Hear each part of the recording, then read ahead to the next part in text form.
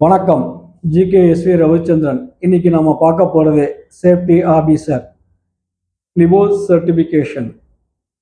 ஒரு safety officer அப்படின்னா அவருடைய அக்கௌண்டபிலிட்டி அண்ட் ரெஸ்பான்சிவ்னஸ் என்னன்னு சொல்லி பார்த்தீங்கன்னா, கம்பெனியுடைய சொத்துக்களான 5M man, machine, material, method, money and environmental சுற்றுப்புற சூழ்நிலை, இந்த ஆறையும் பாதுகாக்கிறவர். அதனால தான் அவருக்கு பேரே சேஃப்டி ஆஃபீஸர் சொல்லி வச்சிருக்காங்க.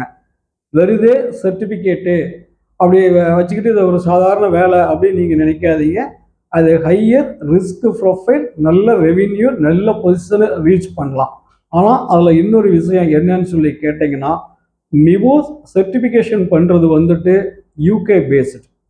இந்த சர்டிஃபிகேஷன் பாடி என்ன பண்ணுறாங்கன்னா, பிரின்சிபல் கைட்லைன்ஸ், சின்ன ப்ராஜெக்ட் கேஸ் ஸ்டடீஸ் இது மட்டும்தான் உங்களுக்கு தர்றாங்க.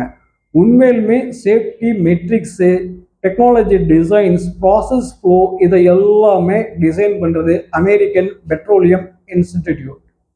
ஸோ அராம்கோ ஆனாலும் அட்னாக் ஆனாலும் அவங்களோட ஏபிஏயோட இப்போ சேர்ந்து தான் அவங்க மெட்ரிக்ஸை வாங்கி அவங்களுடைய இன்டர்னல் டீமை வச்சு பெஸ்ட் மெட்ரிக்ஸ் டெவலப்மெண்ட் பண்ணி வச்சுருக்காங்க. வேர்ல்டுலேயே டாமினேட் பண்ணக்கூடிய மெட்ரிக்ஸ் வச்சிருக்கிறவங்க அராம்கோ, அட்னாக், எமிரேட்ஸ் ஸ்டீல், ஹதீத், இந்த மாதிரி சில கம்பெனிஸ் மட்டும்தான்.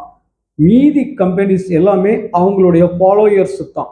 அதனால் அட்னாக் ப்ராஜெக்டு, அராம்கோ ப்ராஜெக்ட்லாம் வந்ததுன்னா நான் இங்கேயே சேஃப்டி ஆஃபீஸரு, எனக்கு சம்பளம் இங்கேயே இவ்வளவு அப்படின்னு சொல்லி நீங்கள் நினைக்காதீங்க.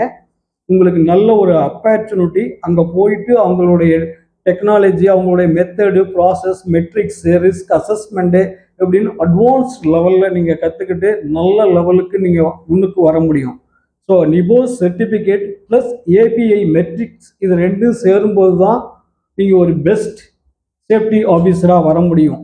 ஸோ அதனால் ஒரு நிபோஸ் சர்டிஃபிகேஷனே நமக்கு மிக சிறந்த சேஃப்டி ஆஃபீஸர் ஆகிட்டோம் அப்படின்னு சொல்லிட்டு நம்ம நினைக்கிறது நம்மளுடைய அறியாமை. நன்றி, வணக்கம்.